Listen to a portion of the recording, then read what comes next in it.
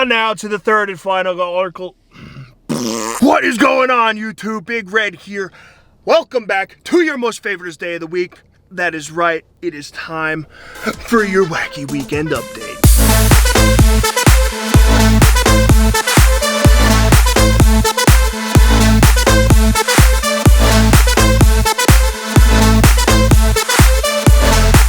Thank you guys for tuning in. If you are not already, please make sure you subscribe to the channel. That way you do not miss what's going on around here.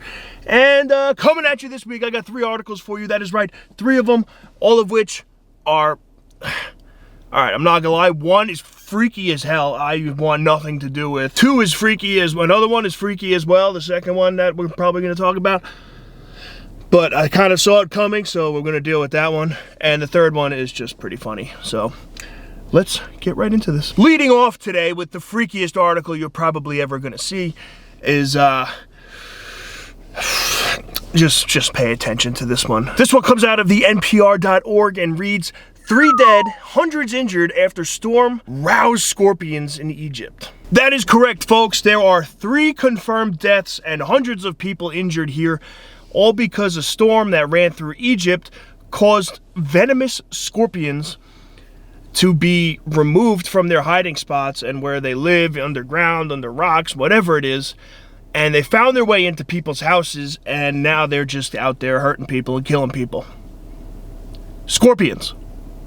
No thank you. Now, this storm took place last weekend, and they said that there was an incredible amount of rain, a ton of dust, and a snowstorm in southern Egypt. That's kind of unheard of, I think. Anyway, I don't really know if it snows in Egypt or not. If you know if it snows in Egypt, please let me know, because I am curious now. I always thought Egypt was just sand and hotness, but who knows. Regardless, altogether, all of this stuff has made it so that these scorpions now don't want to be in their homes where they're supposed to be, and they now have found their way into people's homes to seek shelter. So that's fun. Not only scorpions here, they're talking about venomous snakes and other venomous insects as well that have been reaching out to get shelter, have been going into people's houses. That is the biggest of no's for me, dog. I'm alright with that. I don't need no scorpions or snakes in my house. That's cool. You want me to, I'll build them a hut in the backyard or something that they could go in and hang out in, but you're not coming in my house. Now, those 3 deaths are confirmed, and it also reads that there have been 450 people that have been stung by these venomous scorpions, are treated with the anti-venom that they have to, I guess, ensure that they live. But 450 people bit by scorpions. Unreal. That is absolutely absurd. So now, obviously, we hope that all these people are all right, that the anti-venom works, and that they will, you know, basically get out of this with no issues whatsoever. Now, I hope that there also is no other storms coming around Egypt, because let's just face it, I mean, there can't be that much anti-venom out there. So if there's that much people getting stung, who knows how much medicine they have to fix it. I don't know. Hopefully, no more. Hopefully, these guys go back to their homes, go back to where they're supposed to be, and nobody has to worry about this anymore. On now to your second article of the day, which comes out of the HuffPost and reads, robots hitting the streets as demand for food delivery grows. Yes, folks, robots hitting the streets. People are ordering food so much more now that they have created robots to deliver the food to your house. I saw this coming, first of all, but I've also seen a lot of movies where this goes straight downhill. Straight downhill. We don't need this. We don't. All right, we got people for that. Pay the people to do that, and then the robots don't have to do this and take over the world. Anything I've seen on this, it does not end up well. Not at all. Okay, robots are coming to take over. We all know that already. Now, we're just really expediting the process by 1, giving them our addresses, and 2, letting them control our sustenance that we take in. Folks, the robots are here. Now, besides being completely freaked the F out over this, this is kind of dope. I'm not gonna lie. It's interesting because now these robots that they talk about in this article, they are made to hold 4 large pizzas. So anything of that stature, so you're talking like, that's about, what's a pizza box? 3 inches tall? So about a foot of space in there, and then however big a pizza is. But that's enough room. So these robots are going out delivering pizzas, delivering Uber Eats, whatever it is. I mean, listen, real talk, pretty sick. And I'm kind of pissed I didn't think about this idea because I'd be a millionaire right now. But nonetheless, they're going to take over. Robots are going to take over the world. Just a few facts about these delivering robots we got here. Now, they are run by a company called Starship Technologies. And just recently, Starship Technologies has celebrated its 2 millionth delivery. 2 million. Now, the big thing with this is they go on in the article to read about how they have been testing out these robots for a while to try and get them to work, and now, and with everything with the pandy, they kind of accelerated the need for these because now people don't want to work, people don't want to meet other people in person, they don't want other people touching their stuff, everybody's freaking out all the time. It's kind of crazy, but it is what it is. I'll bring it back. The problem that I see with this, all right, first of all, what happens if one of these break down? I don't know. We don't know. And I don't think they really know either. But to me, the fact that they have like 1,000 of these things running around now, and from the article too, it says that these are mostly on college campuses right now. A couple of cities in the US have a few, and they're rolling around in the UK as well, which is kind of cool. Global thing. No big deal. Clearly, like I said earlier, would have been a millionaire if I thought of this crap, but I didn't. I'm just here yelling at you guys in my car. So, a little bit about the design and how these things work now. All right. So, they said that designs vary. There are some with 4 wheels, some have 6 wheels. Some of them use cameras, sensors, GPS. Sometimes they have laser scanners on them to help navigate sidewalks and even cross streets without it. And they go about 5 miles an hour. Kind of cool. All of these robots, too, they have remote operators. Now, the remote operators are in control of multiple ones at a time. And according to the CEO in this article, which I might be calling cap on this, pal, he said that there is really no need to hit the brakes on these things or navigate around objects. I don't understand how that's possible.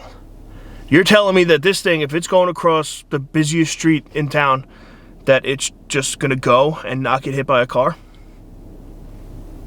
I'm not buying it.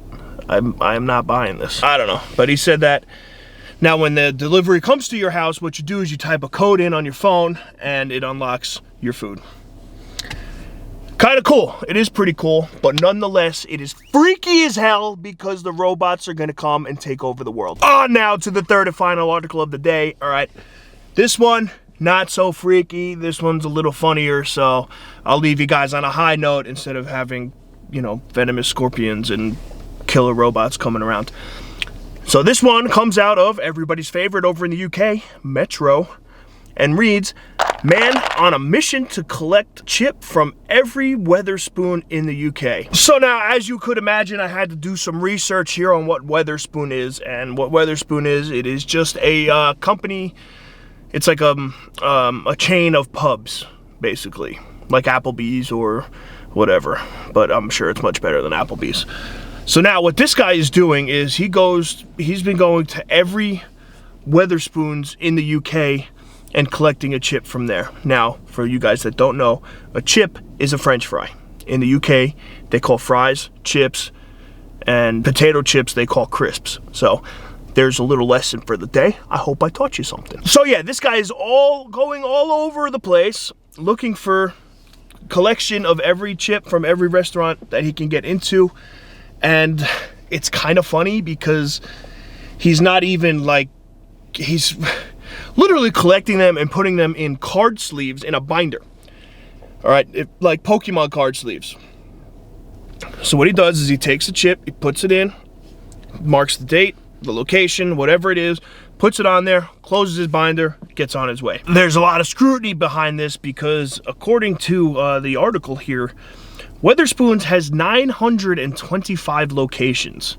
So now people are calling him out because one, they don't think that he has been or is going to all 925 of these locations.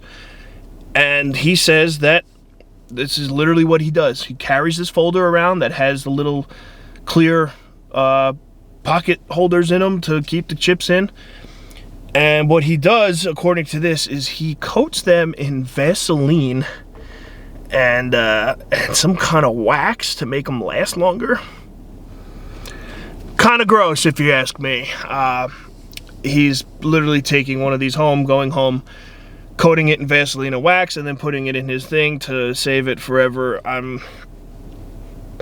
don't know. While this does sound kind of crazy, the more I think about it, all right, it would be kind of cool to, if you had one thing from like every restaurant that is in circulation of, you know, of this kind, it would kind of be like going to Hooters. And I mean, saving food doesn't, I don't know, it's just like preserving food like that doesn't do it for me. The way I can relate this to is like going to Hooters when Hooters was a thing back in the day.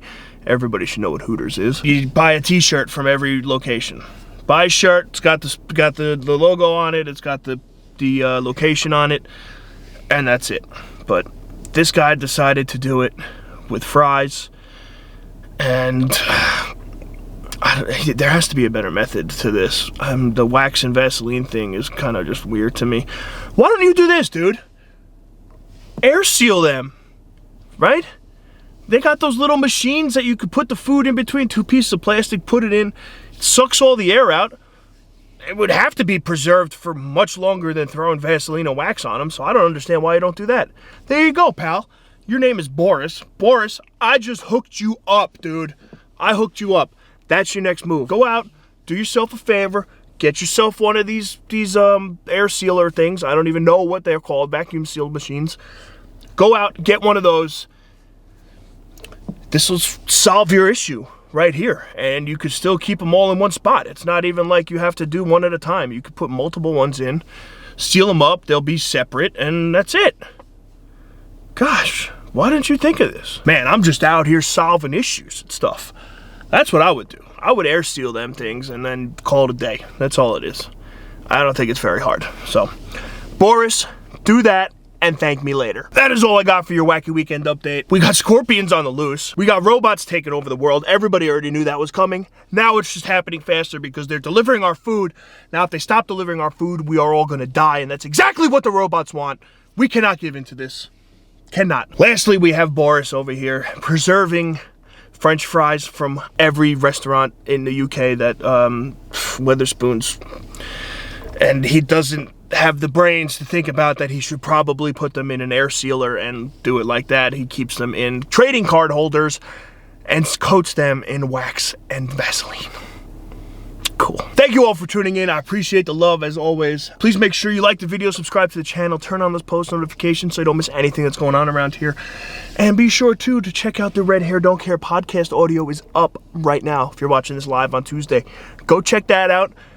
I might be making a huge announcement on there with a little something something. I don't know if you get a sneak, I don't know, sneak peekage? Maybe, who knows? So go check that out. Drop a comment down below. Let me know what you think. If you guys have any crazy articles that you come across on the internet that you want me to react to, send them to me. I will take care of it. And I'm gonna go now because this sun is causing a weird look on my face and I am not a fan. So thank you all. I love you. And I will see you on Thursday for another vlog. Bye.